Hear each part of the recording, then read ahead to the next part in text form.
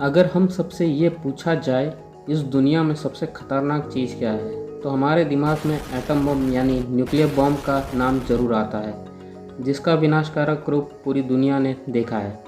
लेकिन atom bomb बनाने की ऐसी क्या ज़रूरत थी, और वो पहले कौन लोग थे जिन्होंने एटम बम का बनना मुमकिन किया? चलिए समय में थोड़ा पीछे चलते हैं और इंसान के सबसे विनाशकारी आविष्कार का इतिहास जान लेते हैं। सन 1938 बर्लिन जर्मनी में 3 न्यूक्लियर फिजिसिस्ट ओटो हान, लीसे मेटनर और फ्रिट्ज स्ट्रेसमैन ने लैब में न्यूक्लियर फिजन रिएक्शन की खोज की। उन्होंने ये देखा रेडियो एक्टिव मटेरियल के एटम को लाइटर एटम्स में अलग किया जाता है तो उससे में से बहुत एनर्जी निकलती है, और इस तरह जाके फर्स्ट एटम बम बनाने का रास्ता खुला।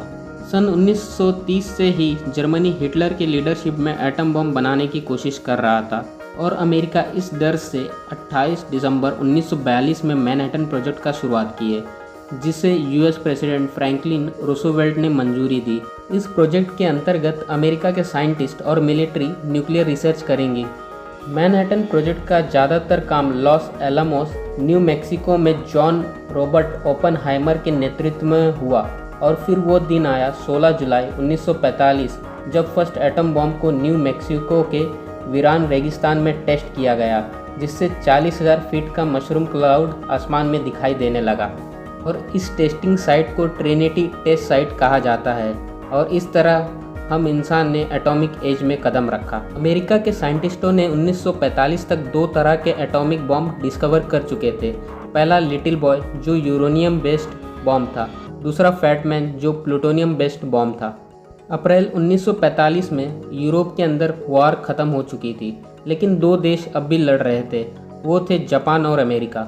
उस टाइम के अमेरिकन प्रेसिडेंट हैरी ट्रूमैन ने जापान को सरेंडर करने का लेटर एंड जुलाई 1945 को जापानीज एम्परर हिरोहितो को भेजा, जिसमें यह साफ लिखा था अगर जापान ने सरेंडर नहीं किया तो जापान को बहुत बड़ी तबाही झेलनी पड़ेगी।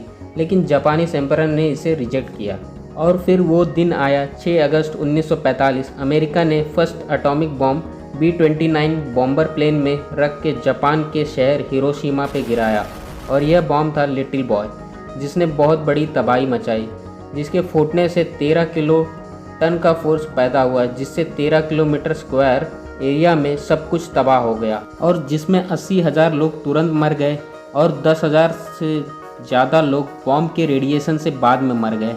और फिर भी जापान ने सरेंडर नहीं किया।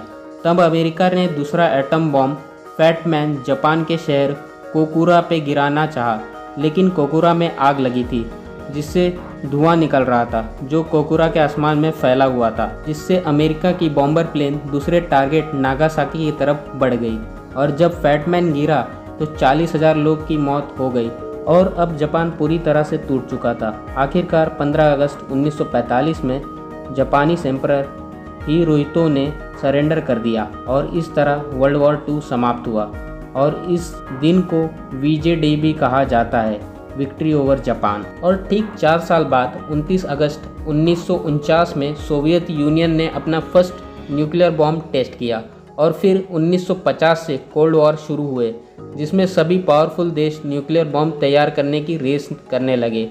उस टाइम अमेरिका और सोवियत यूनियन के अलावा ग्रेट ब्रिटेन, फ्रांस और चाइना के पास भी न्यूक्लियर बॉम्ब डेवलप हो चुके थे। सन 1962 में सोवियत यूनियन ने न्यूक्लियर मिसाइल क्यूबा में इंस्टॉल किया और टारगेट अमेरिका के समंदर तट पर कर दिया।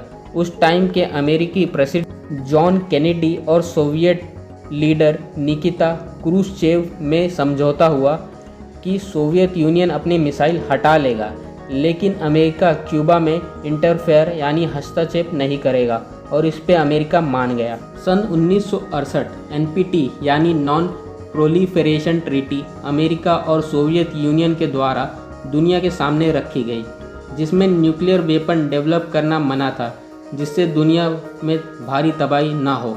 और यह ट्रीटी 1970 से इफेक्ट में आ गई, जिससे दुनिया 2 हिस्सों में बढ़ गई। एक वो देश जिनके पास न्यूक्लियर वेपन है, और वो जिनके पास न्यूक्लियर वेपन नहीं है। इंडिया वो देश था जो NPT का हिस्सा नहीं था, जिसने सबसे पहले न्यूक्लियर वेपन तैयार किया NPT वाले देश के बाहर। ऐसे ही बहुत सी कंट्रियां हैं जिनके पास इलीगल न्यूक्लियर वेपन है, जैसे पाकिस्तान, इजराइल, नॉर्थ कोरिया और इत्यादि। हिरोशिमा और नागासाकी के बाद से न्यूक्लियर वेपन के परिणाम को पूरी दुनिया अच्छे से जानती थी, जिसके रूप में अमेरिका में बहुत विरोध हुआ। 1 नवंबर 1961 वुमेन एक्टिविस्ट बेला एब्जग और उनके साथ 50,000 वुमेन यूनाइटेड स्टेट के 60 शहरों में न्यूक्लियर वेपन के खिलाफ आवाज़ उठाए। सन 1982 में 10 लाख से ज़्यादा लोग ने न्यूयॉर्क सिटी में न्यूक्लियर वेपन के खिलाफ सड़क पे आ गए और तब जाके कोल्ड वॉर ख़त्म हुआ। यह विरोध यूनाइटेड स्टेट के इतिहास में सबसे बड़ा पॉलिटिकल प्रोटेस्ट था। कुछ ऐसा था न्यूक्लियर वेपन का इतिहास जो इंसान के सबसे भयानक कल्पना में से एक हो सकती है। तो साथियों, आज के लिए इतना ही। मिलते हैं फिर किसी 5 मिनट नॉलेज में। धन्यवाद।